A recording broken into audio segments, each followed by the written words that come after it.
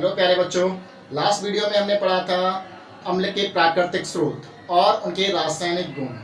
लेकिन आज हम इस वीडियो में पढ़ेंगे अम्लों के रासायनिक गुण क्या होते हैं।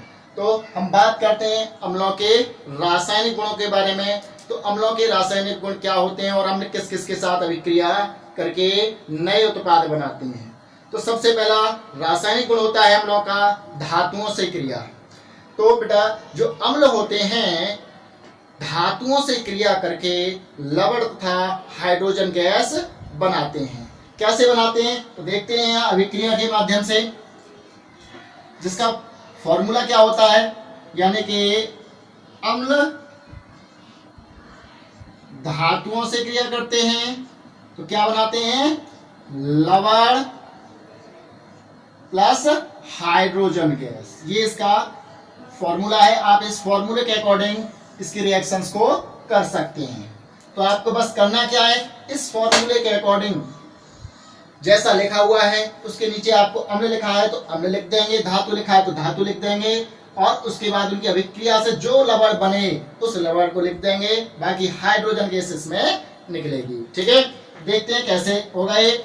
मान लीजिए हमारे पास पहला अम्ल है, अम्ल के नीचे कोई भी अम्ल लेते हैं। मान लीजिए HCl ले लिया हमने। क्या लिया, HCl। ठीक है, की अभिक्रिया करा दी हमने सोडियम के साथ। किसके साथ, सोडियम के साथ। ठीक है, NaCl। क्या है, NaCl प्लस H2। बैलेंस करना है तो बैलेंस कर दीजिए, 2 का मल्टीप्लाई, 2 का मल्टीप्लाई और 2 का मल्टीप्लाई। ठीक है, एक रिएक्शन हो गया। दूसरा देखते हैं, मान लीजिए आप कराते हैं HNO3 यानी कि नाइट्रिक अम्ल के साथ पोटेशियम की अभिक्रिया। ठीक है, तो इस अभिक्रिया में क्या होगा, पोटेशियम जो है क्या करेगा, हाइड्रोजन को यहां से प्रतिस्थापित कर देगा और इसका स्थान ग्रहण कर लेगा। तो बनेगा क्या, KNO3। क्या बनेगा, KNO3 potassium nitrate plus hydrogen gas. ठीक है, बैलेंस करना, जैसे ऊपर वाली को किया ऐसे ही इसको बैलेंस कर देंगे। ठीक है, 2 का मल्टीप्लाई सामने।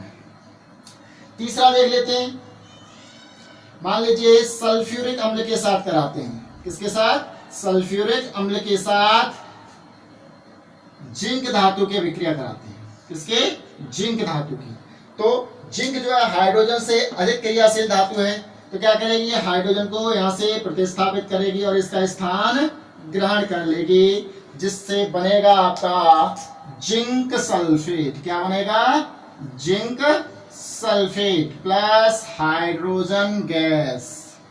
ठीक है, यह अभिक्रिया पहले से ही संतुलित है तो इसको संतुलित करने की आवश्यकता नहीं है। अब इसके बाद दूसरा इसका रासायनिक गुण क्या है वो देखते हैं। तो समझ में आ गया, यानी कि बस करना क्या है, आपको अम्ल के नीचे अम्ल लिखना है और धातु के नीचे धातु, और बाकी जो अम्ल का पीछे का हिस्सा है वो किसके साथ, धातु के साथ मिला देना है। तो बन क्या जाएगा, आपका लवण बन जाएगा। अब दूसरा रासायनिक गुण क्या है, धातु कार्बोनेट से क्रिया। क्या है, दूसरा धातु कार्बोनेट से क्रिया, यानी कि एसिड्स रिएक्ट विद धातु कार्बोनेट। ठीक है, तो धातु कार्बोनेट से क्रिया करके क्या बनाते हैं, तो हमेशा ध्यान रखेंगे, अम्ल धातु कार्बोनेट से क्रिया करके लवण, जल तथा कार्बन डाइऑक्साइड बनाते हैं। क्या बनाते हैं, लवण, जल तथा कार्बन डाइऑक्साइड बनाते हैं। फॉर्मूला क्या होगा, अम्ल प्लस धातु कार्बोनेट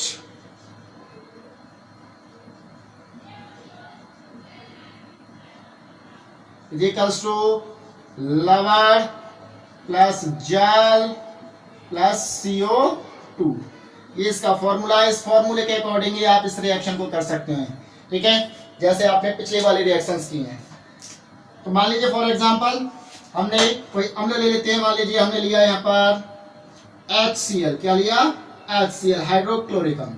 ठीक है, उसकी अभिक्रिया किसी भी हम धातु कार्बोनेट के साथ कराएं। धातु कार्बोनेट से मतलब है यानी कि जैसे कि सोडियम कार्बोनेट, क्या है, सोडियम कार्बोनेट, सोडियम क्या है, धातु है, और उसके साथ कार्बोनेट में क्या बन जाएगा, धातु कार्बोनेट, ठीक है। पोटेशियम कार्बोनेट या फिर मैग्नीशियम कार्बोनेट, ठीक है, ये क्या है, सभी धातु कार्बोनेट है, ठीक है। तो अभिक्रिया करते हैं इसकी, मान लीजिए सोडियम कार्बोनेट के साथ Na2CO3, तो इसके साथ अभिक्रिया करेंगे, क्या बनाएगा ये, सबसे पहले लवण बनाएगा, क्या बनाएगा, लवण, ठीक है। लवण क्या बनना है, देखो सोडियम और क्लोरीन मिलके क्या बनाते हैं, NaCl, तो लवण क्या हो गया आपका, NaCl।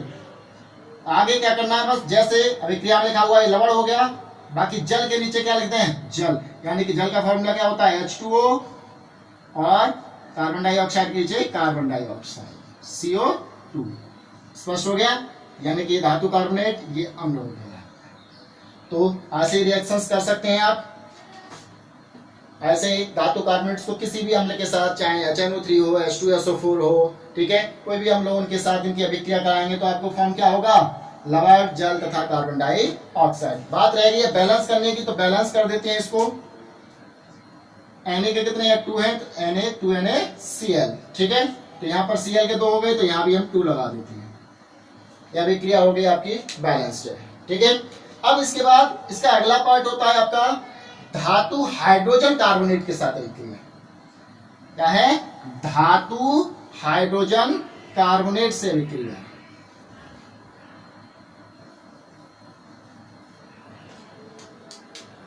तीसरा, धातु हाइड्रोजन कार्बोनेट से क्रिया।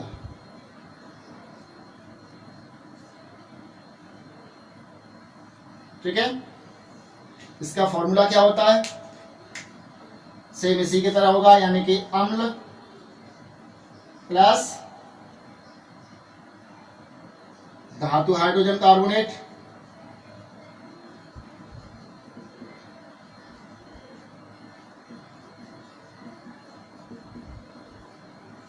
ठीक है। ये इसका फॉर्मूला हो गया, जैसे इस फॉर्मूले में किया पिछले वाले में, उसी प्रकार इसमें करेंगे आप। इसमें क्या करेंगे, तो देखिए अम्ल के नीचे हम क्या ले लें, कोई अम्ल ले लेते हैं, मान लीजिए HNO3 ले लेते हैं हम, यहाँ पर क्या ले लेते हैं, HNO3 प्लस धातु हाइड्रोजन कार्बोनेट क्या होते हैं, तो देखिए धातु हाइड्रोजन कार्बोनेट क्या होते हैं, जैसे कि NaH, यानी 2 को हटा के यहाँ H लगा दो तो क्या हो जाएगा, धातु हाइड्रोजन कार्बोनेट, ठीक है, या KHNO3, ठीक है, या फिर MgHCO3 का होल ट्वाइस। क्लियर है, तो इनको हम इसके साथ कराएंगे रिएक्शन, तो देखिए क्या बनता है। मान लीजिए हम क्या ले लें, सोडियम बाइकार्बोनेट NaHCO3, खाने का सोडा, यानी कि बेकिंग पाउडर होता है इसका नाम, सामान्य नाम क्या होता है, बेकिंग पाउडर, खाने का सोडा। इसके साथ ये अभिक्रिया करेगा तो सबसे पहले क्या बनाएगा, लवण बनाएगा। क्या बनाएगा, लवण, जैसे ऊपर वाले फॉर्मूले में लिखा हुआ है लवण, तो लवण के नीचे क्या लिखेंगे, लवण लिख देंगे। तो क्या है लवण, देखिए Na है और क्या है, NO3 है, ठीक है। बाकी जल है इसमें, तो जल के नीचे क्या लिख देंगे, जल लिख दें, फॉर्मूला H2O और CO2 के नीचे CO2, ठीक है। इसको बैलेंस करने की आवश्यकता नहीं है, ऑलरेडी ये बैलेंस्ड है। स्पष्ट हो गया, तो आप 3 रिएक्शंस हो गए आपकी, यानी कि धातुओं से क्रिया, धातु कार्बोनेटों से क्रिया और धातु हाइड्रोजन कार्बोनेट से क्रिया। अब बात करते हैं हम धातु ऑक्साइडों से क्रिया, यानी कि अम्लों की धातु ऑक्साइडों से क्रिया, यानी धातु के जो ऑक्साइड्स होते हैं उनके साथ अभिक्रिया करके अम्ल क्या बनाते हैं। तो बेटा ध्यान रखेंगे, अम्ल धातु ऑक्साइडों से क्रिया करके लवण तथा जल का निर्माण करते हैं। कैसे, फॉर्मूला क्या होता है, तो देखिए, यानी कि अम्ल प्लस धातु ऑक्साइड, धातु ऑक्साइड, इससे अभिक्रिया करेगा तो बनाएगा क्या, लवण प्लस जल। ये आपका तीसरा फॉर्मूला है अब तक का, ठीक है। तो इसमें भी क्या करना है, जैसे पिछली अभिक्रियाओं में किया है आपने, सेम उसी तरीके से अम्ल के नीचे क्या ले लें, कोई भी अम्ल ले लें, मान लीजिए HCl लिया आपने, ठीक है। इसकी अभिक्रिया कराई धातु ऑक्साइड। धातु ऑक्साइड क्या होते हैं, तो देखिए धातु ऑक्साइड्स क्या होते हैं, जैसे मान लीजिए सोडियम ऑक्साइड, यानी सोडियम क्या है, धातु, इसका ऑक्साइड होता है Na2O, मैग्नीशियम ऑक्साइड MgO, ठीक है, potassium oxide K2O, clear, calcium oxide CaO, ठीक है। अब कोई भी ऑक्साइड ले लीजिए, मान लीजिए हम सोडियम ऑक्साइड के साथ कराते हैं, किसके साथ, सोडियम ऑक्साइड Na2O, तो इसके साथ अभिक्रिया करके क्या बनाएगा, ये जैसे पहले किया है, क्या करेगा, इसमें से अम्ल में से हाइड्रोजन को विस्थापित करेगा और बनाएगा क्या, लवण। तो लवण कौन सा बन रहा है, NaCl, क्या बनेगा, NaCl प्लस जो बचा वो क्या होगा, जल, क्या होगा, जल H2O। तो अब देखेंगे क्या अभिक्रिया संतुलित है, तो देखेंगे हाइड्रोजन कितने, इधर 1, इधर हाइड्रोजन के 2 हैं, तो सबसे पहले यही कमी है, तो यहाँ पर क्या करें, 2 का मल्टीप्लाई, ठीक है। अब आगे देखते हैं Cl कितना है, 1, 2 है, इधर कितना 1 है, तो इधर भी कितना कर दें, 2, तो 2 से मल्टीप्लाई, ठीक है। Na के कितने इधर हो गए 2 और इधर भी 2, O का 1, O का 1, ठीक है, बैलेंस रिएक्शन हो गई। दूसरी रिएक्शन देख लेते हैं, मान लीजिए H2SO4 से कराते हैं अभिक्रिया, किसके, कैल्शियम ऑक्साइड की, कैल्शियम ऑक्साइड। तो ये अब इसके साथ अभिक्रिया करके क्या करेगा, हाइड्रोजन को विस्थापित करेगा इसमें से कैल्शियम, और क्या बनाएगा, कैल्शियम सल्फेट, यानी कि CaSO4 प्लस जल, क्या बनेगा, जल, ठीक है। देखते हैं बैलेंस है या नहीं, Ca का 1, Ca का 1, ठीक है, सल्फेट का 1 है, सल्फेट का 1 है, SO4, हाइड्रोजन के 2, हाइड्रोजन के 2, ऑक्सीजन का 1, ऑक्सीजन के, यानी कि बैलेंस है ये भी। तो ये आपके क्या थे, सभी अम्लों के रासायनिक गुण थे। बेटा एक बार फिर से सुन लेंगे, अम्लों के रासायनिक गुण क्या क्या होते हैं। पहला गुण धातुओं से क्रिया, जिसमें धातुओं से क्रिया करके क्या होता है, यानी कि अम्ल धातुओं से क्रिया करके लवण तथा हाइड्रोजन गैस बनाते हैं। स्पष्ट है, पहला फॉर्मूला था। दूसरा था धातु कार्बोनेट और धातु हाइड्रोजन कार्बोनेट से अभिक्रिया, उसमें क्या होता है, यानी कि अम्ल धातु कार्बोनेट और धातु हाइड्रोजन कार्बोनेट से क्रिया करके लवण, जल तथा कार्बन डाइऑक्साइड बनाते हैं।